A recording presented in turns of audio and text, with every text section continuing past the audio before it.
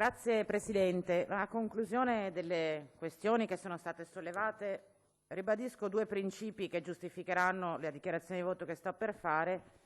e però ribadisco anche tre problemi che continuano a permanere. Confermo quello che diceva l'assessore, cioè che il perimetro di consolidamento è individuato in una misura che ci sembra soddisfacente e confermo che anche a nostro giudizio i dati economici, finanziari e patrimoniali del bilancio consolidato siano positivi e quindi il sistema funziona. Però chi si occupa di amministrazione e deve garantire dei servizi pubblici non si può limitare a vedere se le società sono inutili o no, perché altrimenti anziché essere rappresentanti istituzionali faremmo gli imprenditori e apriremmo tutte delle società di capitali. E allora ci sono alcuni temi che anche con il perimetro ben definito e anche le società che non presentano debiti e deficit di bilancio dobbiamo tenere presente. Il primo è la questione di orientare sempre alla semplificazione l'organizzazione del gruppo Regione del Veneto e quindi questa tendenza a stratificare con partecipate, delle partecipate,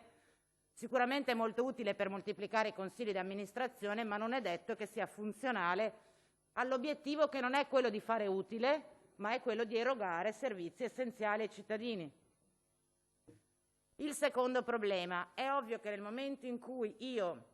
delego alcune funzioni, anziché all'istituzione, a delle società pubbliche o partecipate al 100% dalla Regione, devo costruire dei meccanismi che consentano alla capogruppo, cioè alla Regione, di poter controllare ciò che accade e come quei servizi vengono erogati, e quindi anche su questo è necessario costruire un sistema efficiente.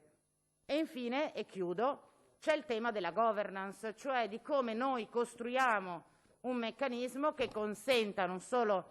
il monitoraggio ex post, ma anche la capacità di incidere